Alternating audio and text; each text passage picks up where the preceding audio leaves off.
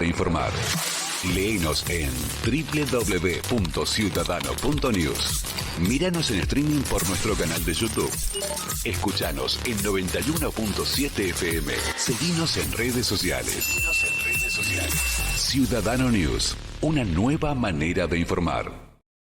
Bueno, lo habíamos marcado, ¿no? El tema triquinosis, alerta del Ministerio de Salud justamente por un aumento de casos, llamativo, un aumento de casos de triquinosis. Así que queremos saber justamente más al respecto. La vamos a sumar a este interactivo a Tatiana Aronovitz, o que me corrija si por ahí pronuncié un poquito mal el apellido, veterinaria, justamente a cargo del programa de triquinosis del SENASA. Tatiana, bienvenida, ¿cómo te va? Buen día. ¿Qué tal? Buen día, ¿cómo están? ¿Cómo estás? Un placer tenerte con nosotros, gracias por sumarte aquí al Interactivo. Bueno, tema que justamente en Argentina comemos carne de todo tipo, digo, comemos carne vacuna, comemos carne de cerdo, y aquí está, o creo que va de la mano, ¿no? Llega este aumento de triquinosis. ¿Qué pautas deberíamos tener en cuenta los consumidores en lo que refiere justamente al cuidado y a la calidad de ese consumo, de esa carne? Bueno, bien. Para comenzar, les cuento forma breve por si alguien está escuchando y no sabe lo que es la triquinosis.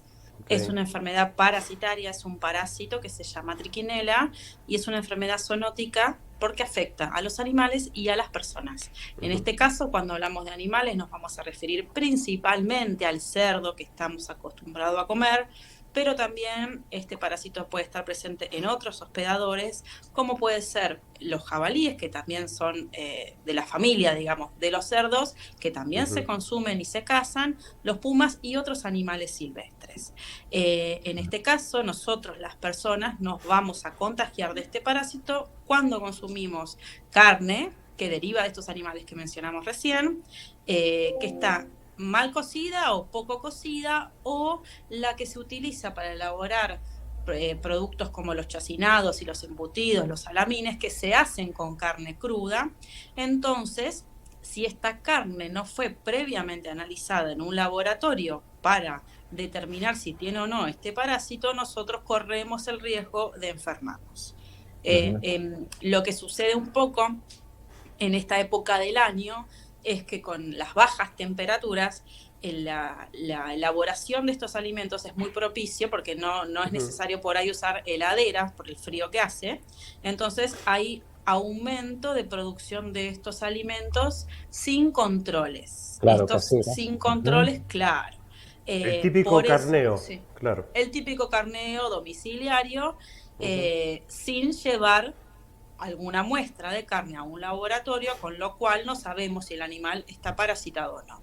Porque la única manera de saber si el animal está con esta enfermedad es llevar un pedazo de carne, de la entraña principalmente, del músculo diafragmático, a un laboratorio para que se le realice la técnica de digestión artificial, que es buscar justamente las larvas de este parásito. Si el animal está parasitado, esa carne no se puede consumir. ¿Y qué pasa con una persona que, bueno, que comió entonces justamente un pedazo de carne que tiene este parásito, ¿no? ¿Qué efectos puede tener en su salud? Bueno, ¿puede peligrar su vida, por ejemplo? Mira, ahí estás poniendo esa foto que es bastante impresionante, la de los ojos. La triquinosis en las personas, en primeros días, digamos, de primera, puede producir una sintomatología que es bastante confundible con otra cosa. Un cuadro gastrointestinal, vómitos, diarrea, fiebre, dolores de cabeza. Y en casos que no se dan todos los casos, pero sí es muy indicativo de esta enfermedad, es esa foto que vos pusiste donde hay una persona con los dos párpados, se llama edema bipalpebral, bien inflamados. No se da en todos los casos, pero si se da es muy indicativo.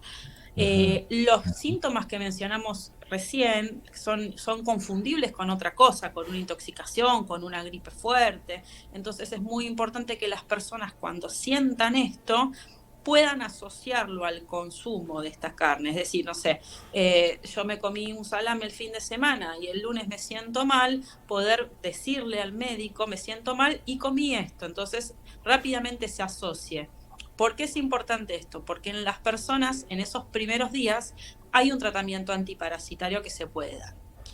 Una vez que pasan esos primeros días, las larvas van a viajar por la sangre y se van a alojar en los músculos de nosotros, de las personas también, que es lo mismo que ocurre en los animales. Pero una vez que la larva de este parásito ya llegó a los músculos, se vuelve una enfermedad crónica de complejo tratamiento y puede ser más grave o menos grave, dependiendo de cómo esté esa persona, de la edad de la persona, si esa persona tiene alguna otra condición de base, de la cantidad de larvas que ingirió esa persona. Es decir, no suele ser una enfermedad mortal, no es lo más frecuente, pero va a depender de cada persona. Entonces, por eso lo ideal es el tratamiento rápido. Okay. Charlie, adelante, por favor, con tu pregunta. A ver, para decirlo en criollo, cuando nosotros los seres humanos consumimos carne cruda, por ejemplo, puedo ir al supermercado y compro carne molida y la como directamente así cruda, o poco cocida, que contiene larvas de, como bien decías, triquinera. Estas maduran y se convierten en gusanos, ¿no? En el intestino delgado. ¿Cuánto tiempo lleva para que estos gusanitos empiecen a crecer dentro de nuestro organismo, para que nos demos cuenta de los primeros síntomas? Por ejemplo, yo comí ayer la carne cruda y bueno, empezaron los gusanitos a generarse dentro del interior de mi cuerpo. Bien, nosotros lo que consumimos es un estadio de larva de este parásito, el primer estadio de larva de este parásito, que está encapsulado en los músculos. Bien, cuando las consumimos en el estómago, por acción de los jugos gástricos, todos los procesos de digestión, esa larva se libera, va a madurar en el intestino, va a terminar su ciclo ahí, voy a tener adultos, y las hembras de este parásito van a parir larvas nuevamente, es decir, ya ocurrió un ciclo parasitario, y esas larvas recién nacidas son las que van a migrar por sangre. En ese proceso de migración pueden ir produciendo todos estos síntomas, la fiebre, cuando están en el sistema gastrointestinal, digamos, en lo que es el estómago y el intestino, los síntomas asociados a los vómitos, a los diarrea, todo lo que tenga que ver con síntoma gastrointestinal. Esto ocurre los primeros días. ¿Sí? Las primeras 72 horas, 4 horas, no más de 5 días. Después la larva empieza a viajar. Estas larvas recién nacidas que te decía recién empiezan a viajar por sangre y vuelven a ir, digamos, es como un poco el huevo de la gallina, pero van a ir a la musculatura. ¿Qué musculatura van a preferir? Siempre van a preferir la musculatura que tenga un metabolismo oxidativo alto, es decir, que use mucho oxígeno.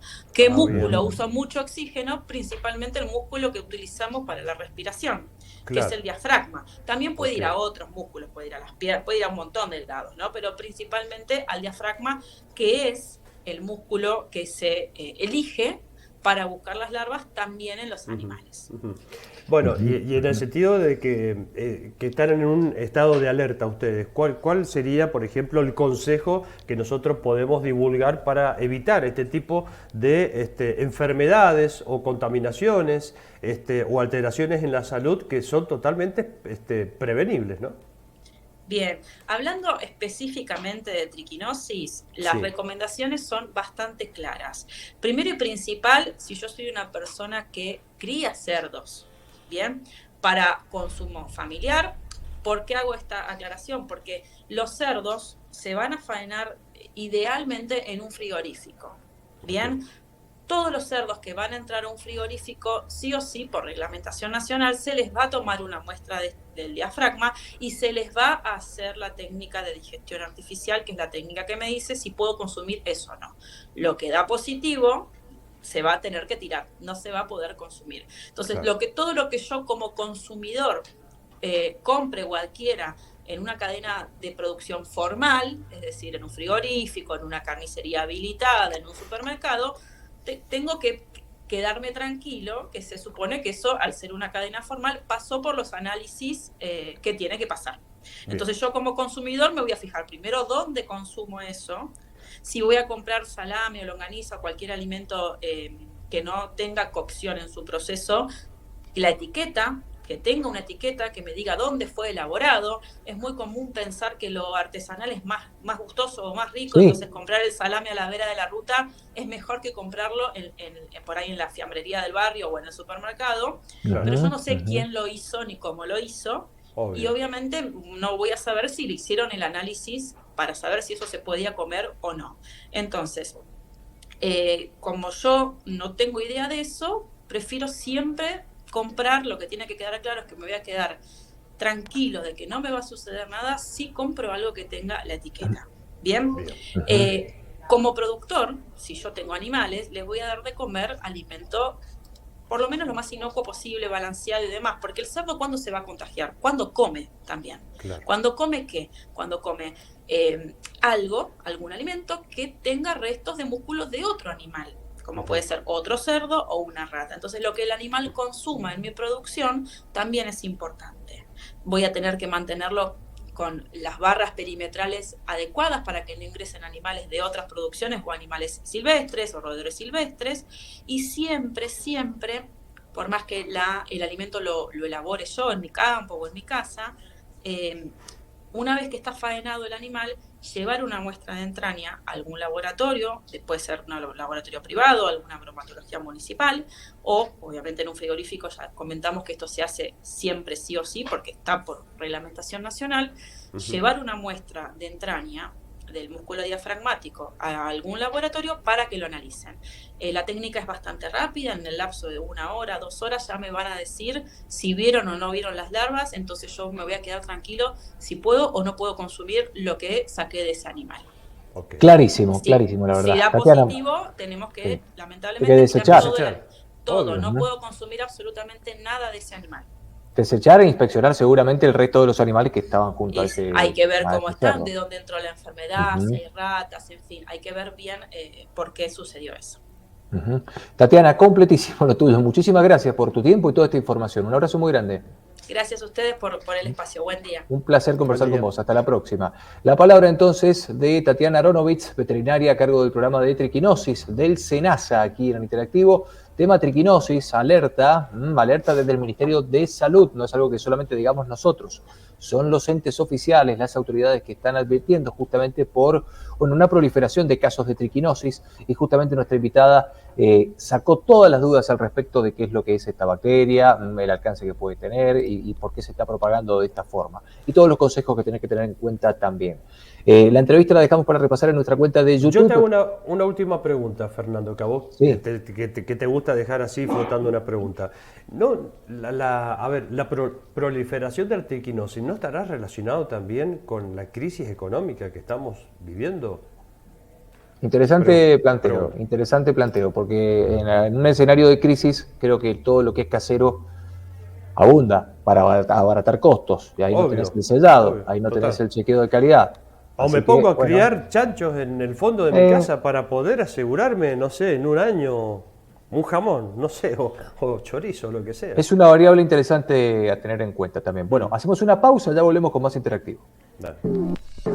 El Interactivo, 12 a 14, por Ciudadano News.